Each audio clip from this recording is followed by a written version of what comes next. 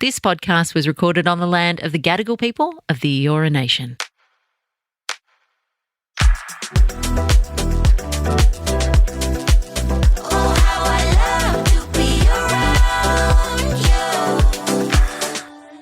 Hey guys, welcome back to Mad About You. I'm kicking off today's pod with a conversation that I have been a part of online. Look, I don't know if you've seen much about this specifically, but before we became parents, I saw a lot of dialogue online that felt quite negative about having kids.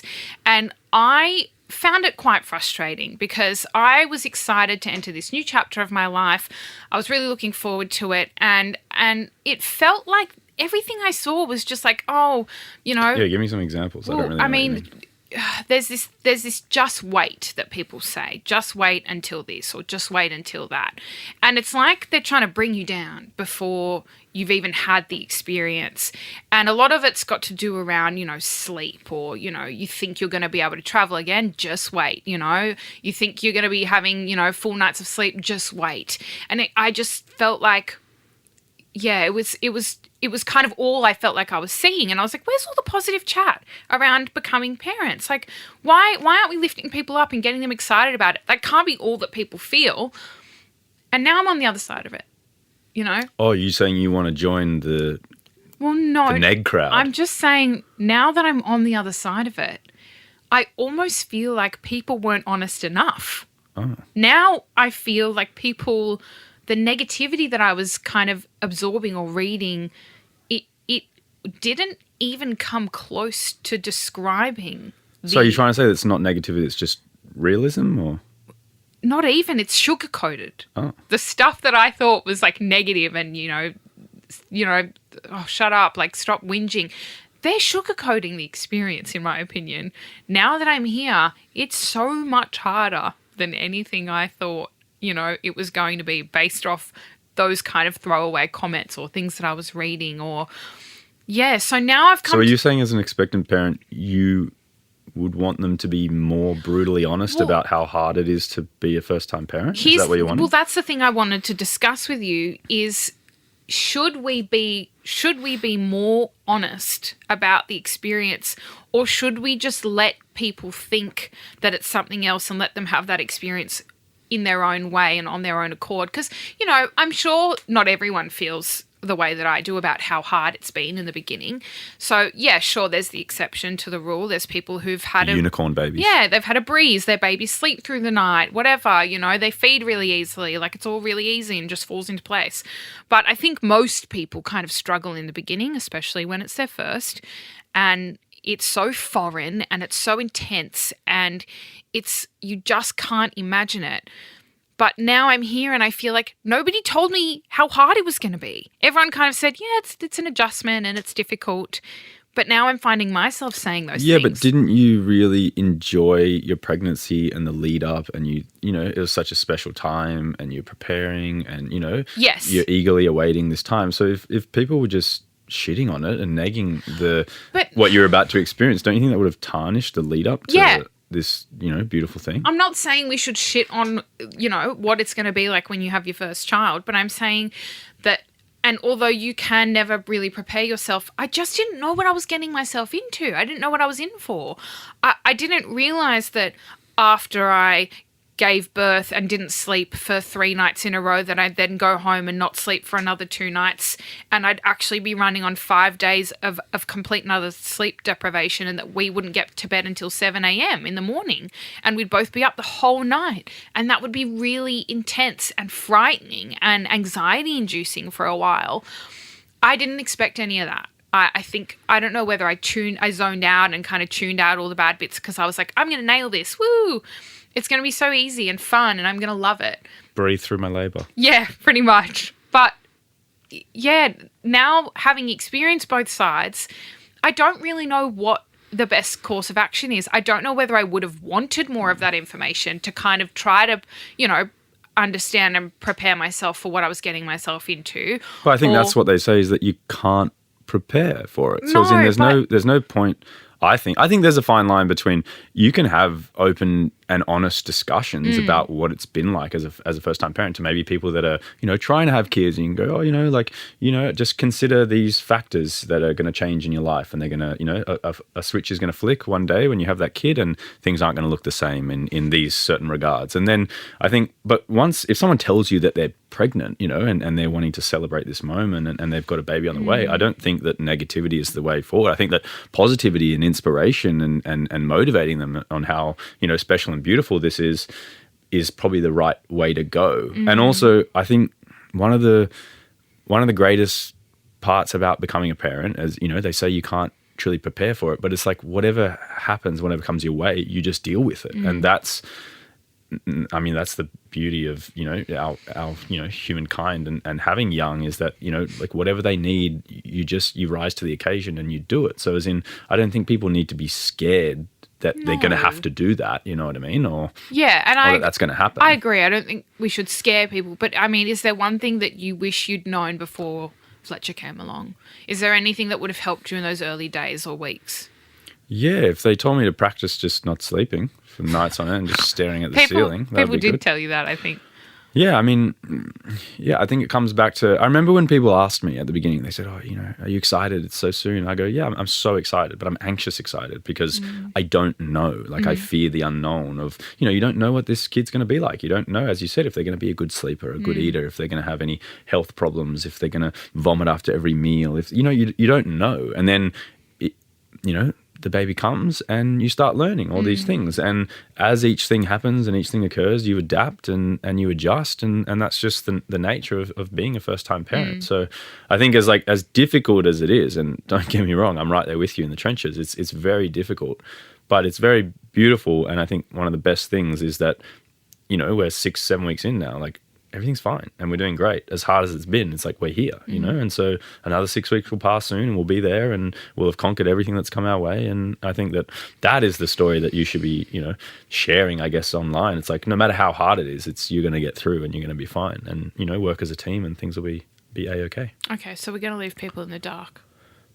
I think people know, mate, that it's going to be hard, and that, like caring for life is different, and you're not going to be able to go to the pub on Saturday night and have drinks, in the first 2 weeks, and you're going to be sleeping less, and maybe the things that you did in the past, playing board games with your friends on Tuesday evenings or going to the gym for 2 hours, is going to be different, or, cooking nutritious meals might change for a while because you won't have time to be in the kitchen. Like everything's going to shift for a while, but I think that's normal and people understand that.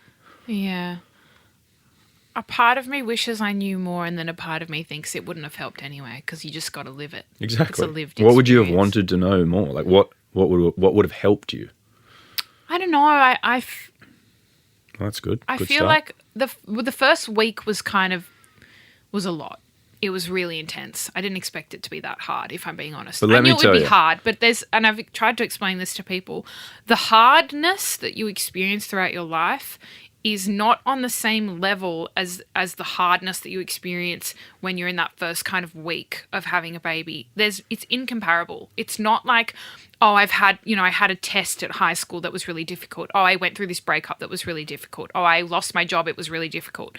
It's not even nearly on the same scale as, this difficultness that you feel when you have this baby. So you're not, I don't know. It's like... Yeah, but I'm asking, what would you have wanted someone to tell you that would have helped? So if someone said to you, hey, the first week is going to be torture. You're going to hate it. It's going to be really difficult. You're going to be sleep deprived, exhausted, running on fumes. You're going to be coming off exhausting labor. Like, that wouldn't have helped you in any way. You would have just gone, oh, fuck, that's grim to look forward to. So without having that knowledge, you just got the first week out of the way regardless. Now you can look back and go, it was hard. But knowing that it was going to be hard, it's not going to change anything. Yeah, I don't know. You couldn't have done anything differently. Yeah. I guess you're right. It's just one of those things you just have to endure and figure it out for yourself. I just think that, you can choose to be one of two people. You can spread a positive message about something or a negative message about something. And I wanted to. So, I was the positive person. And then I went and I made this video on TikTok where I was like, it's really effing hard. Like, it's actually not even fun in the very beginning. Like, you're not enjoying yourself. It's just really, really hard and you're just getting by. That's how it feels. And I'm going to be so honest about that because that is how it feels. I don't disagree now with it's you. really enjoyable. I'm exhausted, but I love, there are elements of it that I'm just loving, you know.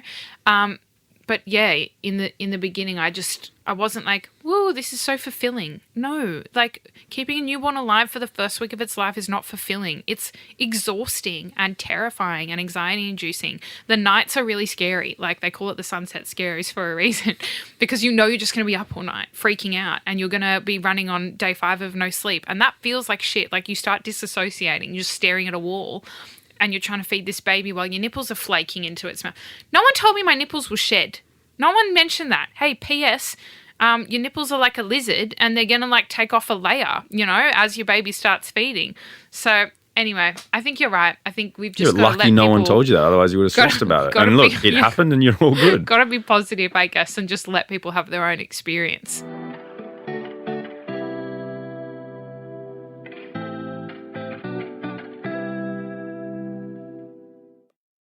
What's your biggest surprise, my love, about since becoming parents? The thing that's shocked me the most is some people talk about this bond that they feel with the baby. I couldn't really, I don't know, I just didn't get it. And how can you, right, until you have your own child? But I feel this really intense and innate need to make sure the baby's okay and keep him happy and fed and nurtured, and that's obviously my role, but I didn't realize how much it would feel Innate? Yeah, I guess innate feel to look after the child. It's not a conscious need to do these things. It kind of feels like it's within your body. And for example, when Fletcher screams, when he's crying and he's really, really upset, I feel physically ill. I feel sick to my stomach and it makes me want to throw up and I feel nauseous. I didn't realize that my body would have that kind of effect when, you know, Fletcher was upset. And all I want to do is make sure he's okay and happy and all right. And I don't know. I guess I didn't expect to feel that so soon. Sure. Do you know that men and women they're different in that regard, that the baby's scream affects the mother more than it affects the father because it releases cortisol in your brain? Yeah, well, there you go. And makes you react the way you're reacting. It's like a biological... It does. And you would have seen thing. me, like, over the past few weeks, like, I kind of bury my head in my hands because it makes me, like, if you're looking after him, for example, you're changing him and for some reason he's just really fussy and screaming about it, like, I'll bury my head in my hands because it just makes me feel like, oh my God, I actually can't deal with this. Like, I feel sick and it makes me feel so sad and stressed out. And, you know, there's been occasions where I've walked into the room, I've been in the shower and, you know, I've righted my wrongs now, but, you know, I've kind of walked in and, like, you'll have him lying on the bed next to you. You've just put a sock on him or something. And I've come in and I've gone, you know, in my exhausted, pent up state, like, you know, what are you doing? Why don't you pick him up? Why don't you settle him? You know, and you're like, I am. I have been for the past, you know, 30 minutes. I've just put him down, you know, for 2 seconds to do this. But I walk in and I'm charged and I feel anxious and nauseous and you can't help that. It's so physical. It's such a physical feeling. So yeah, that surprised me. I didn't expect to kind of feel like that. It's kind of like a beautiful thing, though. Yeah, it is. It's bittersweet. It's like, it's obviously, it's beautiful to know that you can care for this child so much so quickly and that, you know, all of a sudden every fibre of your being is dedicated to making sure that they're okay and happy. Just the power of human instinct. Yeah, well. exactly. It is, it's like an instinct, yeah. But also hard because it can completely stress me out sometimes, and then I'm not really acting with a clear mind. I'm kind of acting out of this anxious stress state, and then you start kind of doing the bouncing thing, right? Everything gets a lot faster. You're bouncing quicker, you're burping faster, you've got all this energy, and you kind of just need to remind yourself to, okay, breathe, ground, you know, calm down. The baby's vibing off you, so if you're all pent up and anxious, that's what he's going to feel. So... yeah, that's what surprised me the most probably. What about you? I reckon breastfeeding I just find so crazy and so interesting. And like a few things on it. I didn't know how this is going to sound really weird, but I think it's like the most beautiful thing I've ever seen. Like to see him on your chest, like you nourishing him, and to think that he doesn't eat anything but what you produce for 6 months. I just think that is crazy. And to watch him do it, I think is honestly the sweetest thing, when he opens his eyes and looks up at you while he's, sucking on his little milk. It's amazing. But also just the amount that you learn, like once you become a parent, all the little things that you read about and learn, and any single thing goes wrong with Fletch or something we think is wrong or might be slightly abnormal, you straight away online, you're reading things, you're trying to figure things out. But just the little things that I've learned about breastfeeding. But also, let me just say firstly, when you said you were going to breastfeed, you think to yourself like, oh cool, my wife is going to choose to get him on the boob a couple of times a day and get him fed. But then at the start, well, I didn't really, get what a daunting task that is. But Jad, at the start, like you're breastfeeding them 8 to 10 times a day. And Jad had him on the boob for, 45 minutes to an hour each time. So you think about that, it's like 8 hours that you're breastfeeding a day. It's like a full-time job of just that single task to keep this baby alive, which honestly surprised me, because I was like, oh yeah, you're breastfeeding, like that sounds easy enough, As in, you're at a cafe, you put him on, you go visit a friend, you put him on, but it's like, it's not really like that at the start. It's so absolutely not that. Jad was sitting like in a chair, now. she was lying in bed, she was trying to figure out positions and techniques, and she was in pain and she was hurting, and she just would go through this pain for the little man because he was hungry or he was crying. So that's beautiful. But then also just like the capability of the female body to do what it does in terms of, breast milk, like things that I found out, like, during the day, your breast milk contains cortisol for the baby because it wants him to be a little bit more alert. And then as it gets into the evening, like your body just produces melatonin to get them a little bit drowsier and sleepier. Like I can't wrap my head around how amazing those things are to find out when you realize like, oh, this is like what the human body is capable of doing and what it's built to do, And then I don't know if anyone else knows this. I'm sure plenty of mothers do, but I thought the craziest thing and most surprising thing I found out is that if your baby is sick, guys, bear with me here. If your baby's sick, the saliva enters the woman's nipple and it goes into her body, and the female body just figures out what is wrong with the child, creates the antibodies, and then produces it in the breast milk and then gives it to the baby in the breast milk in the next feeds. Like, if that's not the craziest thing you've ever heard, I don't know what is. Like, as in that, cool. When you just think about, what the human body and what your partner is capable of doing for this child, to me, that was just like, one of the craziest surprises of becoming a parent. Yeah. So my craziest moment is watching Jad breastfeed, pretty much.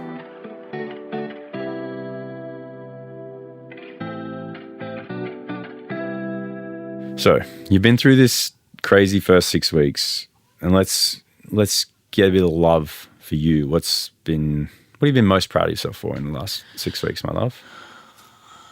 I think giving birth, that I feel really proud about that, because it was mental and unimaginable on so many levels. And I don't know, I feel like I held my own, like at no point did I feel like I'm really scared, like I'm really scared to go through this. And I think I'm really proud of that I remained level-headed and I guess mentally strong about it all. So giving birth, definitely.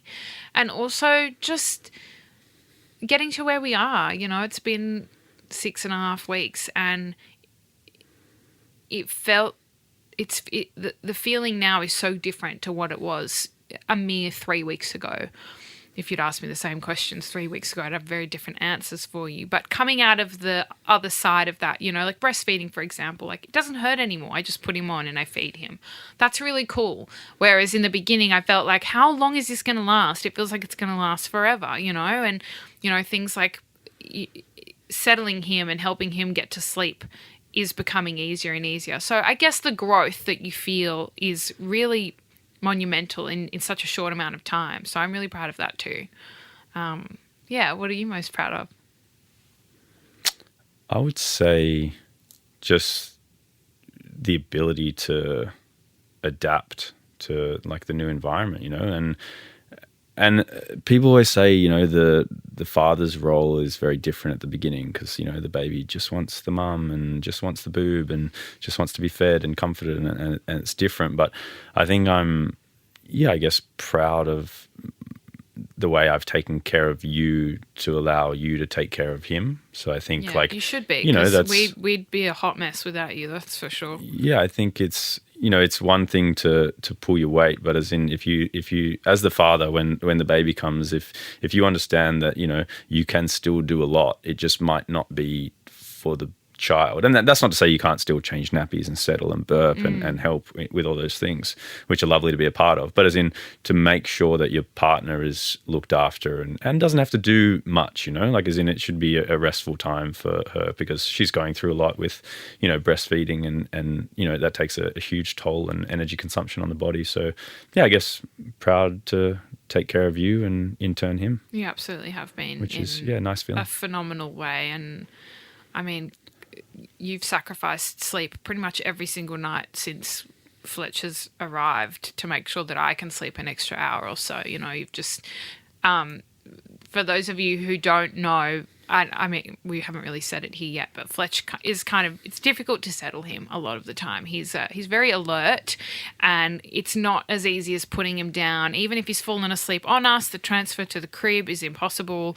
So unfortunately, we've just got an overactive baby who struggles to kind of go to sleep in his crib, unless it's moving, being rocked the whole time. And then when he does finally fall asleep, he stirs every 2 minutes. So we've had a bit of a difficult journey when it comes to settling him. And Locke's the one who will be up for hours in the night, longer than I am, making sure that I get a little bit of extra sleep. And it makes a world of a difference to me when I have to get up and, feed the baby throughout the day and throughout the night. And poor Locke sits there and his eyes are just closing at certain times throughout the night or the day, and I'm just so grateful for that. So yeah, you should be proud of yourself because you've gone above and beyond, as you have since I fell pregnant. And yeah, I'm very proud to call you my husband and our child's father. It has been a pleasure. But yeah, that is probably the most difficult thing I would say we've faced, if we're being honest, is that he just is not the best sleeper unless it's like the optimal environment for him, which is on your chest, or loves the pram and things like that. But even when he's on you, or even in the pram now, he stirs. He just loves stirring. Yeah, so we got, in the first few weeks, we would put him down in his cot and he might sleep for 10 minutes and then he'd stir and he'd scream and you'd settle him and he'd go round and round and round. And when you think about it, you understand that you have these windows when they're born of 3-4 hours before they need to feed. So if they're whinging and crying and stressing themselves out for 2.5 hours, you get to the point where it's time for them to feed again and they haven't had any rest. So you do get in your head as a parent and you go like, oh my gosh, like that, we can't let that happen. And so you find just any way and any means to get them asleep. And often that was us putting him in the pram at 11 p.m. at night and walking around Sydney and just making sure that he got 3 hours, because as soon as you put him in the pram, as soon as you put him in the car, anything, he would just doze right off. And, we've got to the point now where he actually, one sleep each day, he's pretty much on us, on a carrier. And when you put him on your chest and he can feel your heartbeat and, he feels your warmth, and they obviously just feel safe and secure. He's and, high maintenance, guys. Yeah, like his mum. And he won't move. He won't move for 4 hours, 3 hours, which is... It's annoying because it's limited what you can do in that state, but you want to do it for them. And then it's also this mix of such a beautiful thing that they feel that, secure feeling and sense of attachment to you, and that you're their safe and happy place, which is like, it's honestly been my favorite part about becoming a parent is those like moments where I put him on me, and no matter how rattled he is or how much he's stirring or how much he hasn't been asleep for 4 hours, it's like he hits your chest and he knows that it's you and he dozes off, and it's a beautiful feeling. Yeah. But also, please just go to sleep in your crib. Oh, it would be nice. Yeah, I would rather that. I'm just saying these are nice moments. It's really beautiful. Yeah. But please just fall asleep in your bed. Yeah, feel free, Fletch, if you're listening. But yeah, I mean, that being said, you never really know what you're doing at the start, and you do things that work, and then you make mistakes along the way as well. You think that you're the only one who's suffering to the point that you are. You think, what do you mean? Well, in the beginning, I was like, surely other babies aren't this unsettled. Like, this can't be normal. To the point where I remember we went to the doctor and we were like, baby's not sleeping. And he just won't sleep unless it's this or this. And she's like, yeah, that's just the hand you've been dealt, basically. Yeah. Sorry. Watch a movie. And, then we asked another person, oh, baby's not sleeping. What do we do? Like, is it colic? Is it reflux? Is it this? Is it that?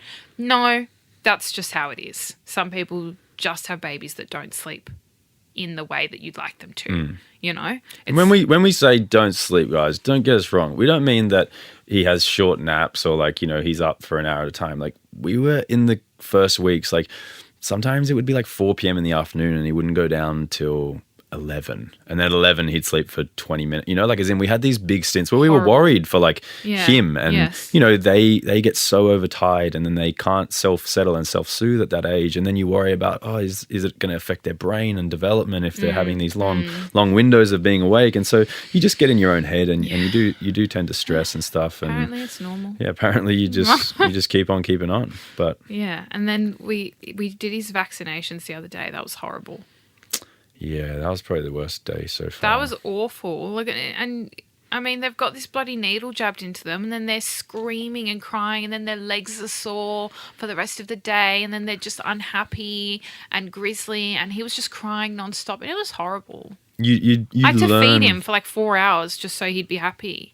You learn that they have these different cries, So like there's pain cries and there's gassy cries and there's hungry cries and there's just like, I'm going to cry because you're not giving me enough attention cry, and there's like cute little cries that are like faking cry, you know? It's like, eh. And after he got his vaccinations for, I don't know, 10 hours or something, we'd never seen him like that. He was so angry, hysterical, in pain, and it just melts you. Like I had I had plans yesterday, like I had work to do, I wanted to go to the gym, and like you just...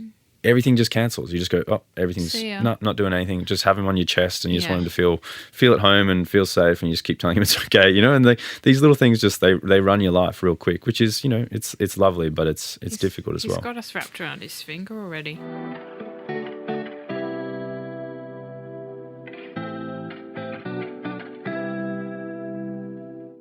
That being said, you do a lot of great things for them, and then as a new parent, you tend to make mistakes as well. And we got a couple of little funny ones we could share with you, Jad.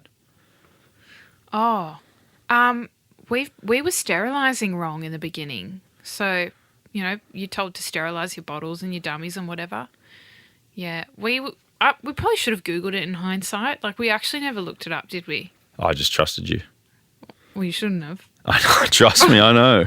So, I think I'd take a dummy and I'd pour boiling water over it, but you're actually supposed to essentially boil the dummy for 10 minutes, like continuously. Surely it's fine though, right? Or put it in a sterilizer or use a sterilizing liquid. Like there's multiple ways to sterilize, but I would just boil the kettle and put some water on it and go, all good, and then put it in his mouth. Wrong. Yeah, but he's been all good. He's fine. So, yeah. I don't think it's something to really. Not sterile. Well, yeah, it's touching the material right now. When I feed him, You're not wearing a hazmat suit all day. My nipple's not sterile, so I don't get that really. I mean, better be safe than sorry. Yeah, I guess. Precaution. But yeah, so I was doing that wrong, and then in turn, Locke was doing that wrong. So.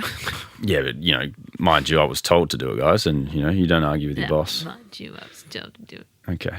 But a funny one I have for new parents, if you are the parent of a little boy, is something to be mindful of when you are changing this guy's nappy. So nappies have this, like, I don't know, it's not technology, but that's the best way. They have this little tech on the nappy where you can actually see if they've done a wee or poo, because there's a line on the nappy and it goes from yellow to blue if they've used it pretty much. So you don't have to take it off. It should be the other way around. Cool. Message Huggies about it. Why is it not blue to yellow? Talk to them about it. We is yellow. Yeah, that's fine. Okay. Yeah, but liquid is blue. So, water is symbolic of blue. Not urine. Okay.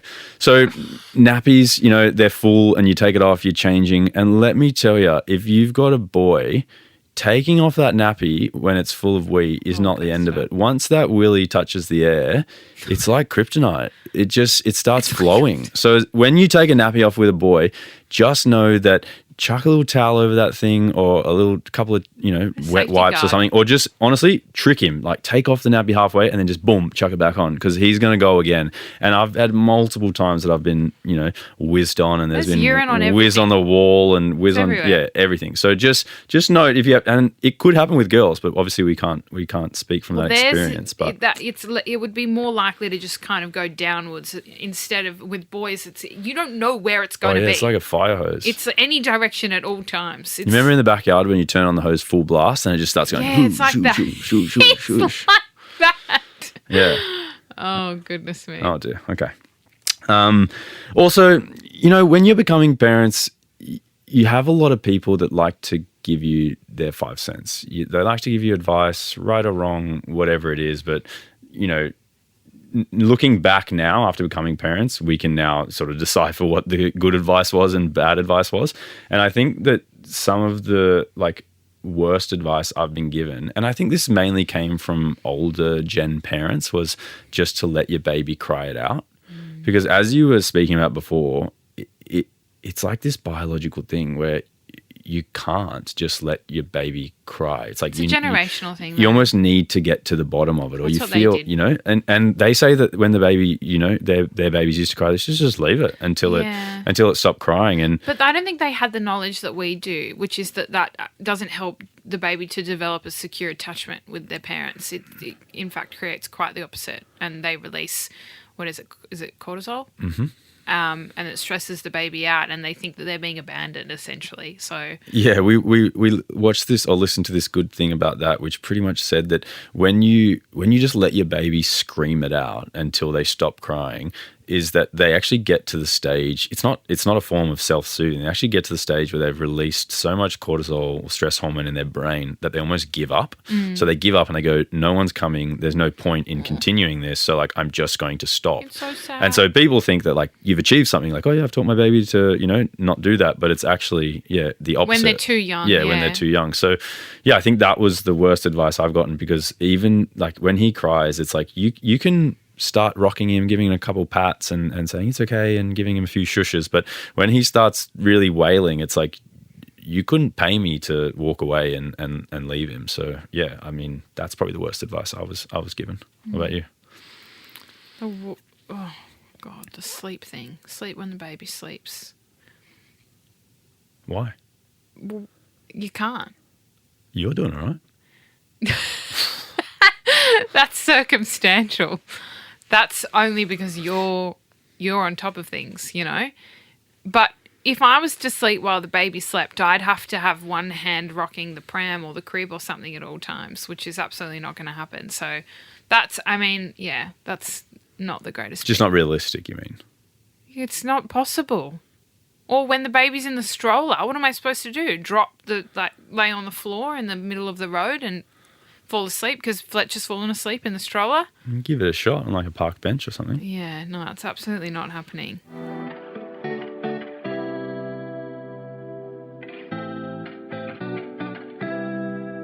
All right, now talking about bad advice, we said that we wanted to focus on positivity in the parents and not giving just, the negative outlook. So what's the best advice you reckon you've been given? I think that tomorrow's a new day. Brooke Hogan actually sent that to me in a DM. We were chatting about Bubs, and she said, just remember that tomorrow's a new day. And it's so simple, but when you're in the shit and you're feeling really quite overwhelmed and emotional, just the thought that this isn't forever, this isn't going to last, for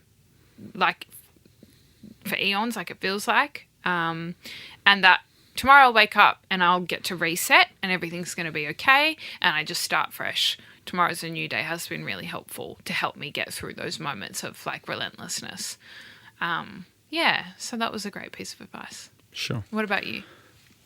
Well, I reckon a weird one, but I remember someone telling us not to listen to anyone's advice. Yeah. And I understand really. now why that makes so much sense. No, it's because like everyone's experience and everyone's baby is so vastly different. Like, you know, we've talked to friends and, you know, their experience is nothing like ours. It's positive or difficult in a different way. Yeah. And so I think it comes back to the whole like comparison is the thief of joy. And if you're constantly hearing about other people's, you know, positive experiences, or their babies are sleeping through the night, or they don't vomit after they feed, or, you know, they're fine in car seats, or, you know, they don't scream and cry the whole car rides. You'd constantly be comparing yourselves to other families, other babies. Also, you don't know what their situation's like, you know, like you don't know if they have a full-time night nurse, you know, or someone on board who's helping them through those nights and days even. Like, how can you know, compare if you have no idea what their situation is? Yeah, so I think just remembering that, like, every experience is so different, and just to remember that yours is the hand that you've been dealt and you're just going to have to deal with it.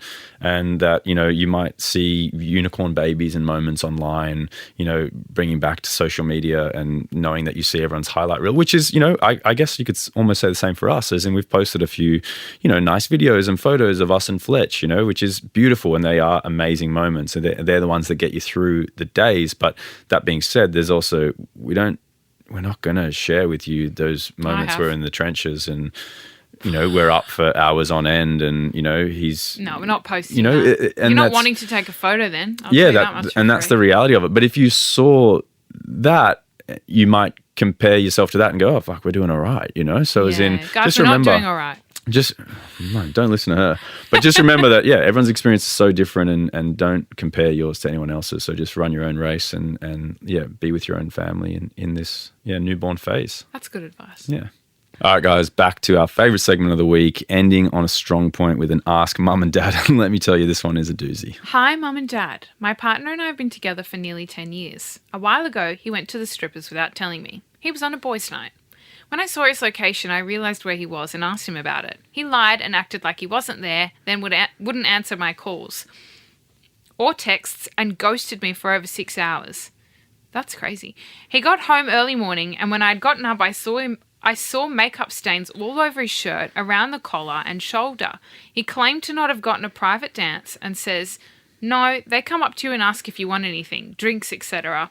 But I still believe he did and is lying to me, because how does makeup get all over you? 3 question marks. Love that. What are your thoughts and advice? P.S. I went through his phone and bank account and saw multiple payments at the same place, all odd amounts, and no ATM withdrawals for cash. Not sure if you need cash or if you can FPOS lol. Love that little detail at the end.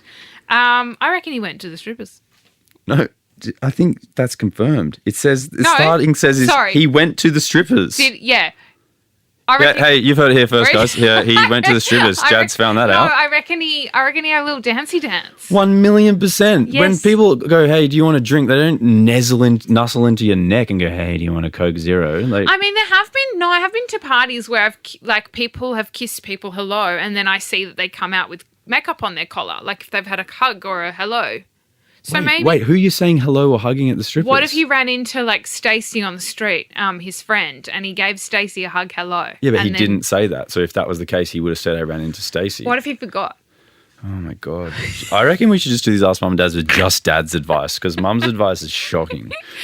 I'm really sorry to tell you, but I feel like sus vibes. It's just red flags all round. Like, once you texted him and he ghosted you for 6 hours, like, as in, that's I don't weird. know, that seems pretty, like, odd, toxic behavior in the first place, especially if, like, he's somewhere where you wouldn't want him to be, and he's just kind of like, oh, stuff your feelings. I'm just going to not respond to you and enjoy my time.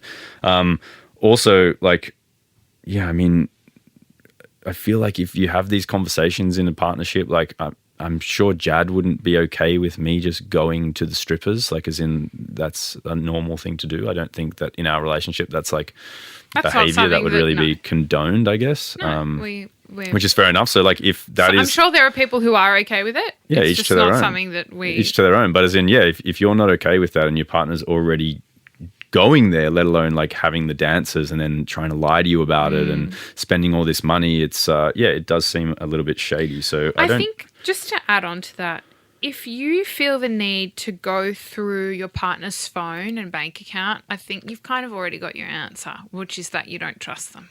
Yeah. And I think that's saying something in itself. You probably, if you don't trust them and you need to go through your phone, you probably shouldn't be with them. That's my take. Yeah, I have never been through Jad's phone or bank account, let me tell you, because, yeah, there's never any compromising situations where I think I would need to. So, yeah, I definitely agree with that. You've been through my stuff, my bank account. No, I've been through your phone, but only to just take photos that you've taken. Of you? Pretty much. Oh, right. Relevance, 0. Yeah, I mean, it sounds like this guy's just lying through his teeth, and I guess that's sort of like, I don't know, that'd be a bit of a kick in the teeth as well. Him just pretty much thinking that you're an idiot and that you when you go to the strippers that you have makeup on your collar because they've asked you what drink you want, like they're whispering sweet nothings into your ear. I think in this case, if there's makeup, break up. Oh wow, that's beautiful. Yeah, I mean, you haven't even really asked a question. You've just sort of given us this scenario. But if that was no, she did. Oh no, not if sure that was my F-off. partner and they were doing that and then sort of lying and trying to weasel their way out of it, I would sort of be run to the hills. And yeah, as we said, if you're going through their phone and bank accounts, it sounds like you're in a bit of a toxic situation. Can we harmonise saying break up, and then whenever we have like a situation like this where we need to tell someone to break up, if we can press the button? Sure. Should we do it now? Go for it. You go low, I'll go high. Okay. Break up. We could do that better. No, we don't need Let's to. practice off air. Yeah. All right. Unfortunately, it sounds like this relationship's run its course. He doesn't sound like he sort of respects you and your wants, and it sounds like you don't really trust him. So I think we should have left it at makeup, breakup. Yeah, I like that. So with this one, makeup, breakup, you've heard it here first. Yeah, Jad's finally come to the table. And guys, that's it for another episode of Mad About You. We appreciate you checking in. We're stoked to be back in studio and talking to you guys. And if you guys have any Ask Mum and Dads for us, please send them through to madaboutYou@novapodcast.com.au, and we will see you very soon. Can you remind them to leave a review? Leave a review. Make it a good one, please. You can't on Spotify. You just have to give it a star rating. Oh my God. Do heaps of stars. Thanks, guys. Thanks, see you next week. See you later.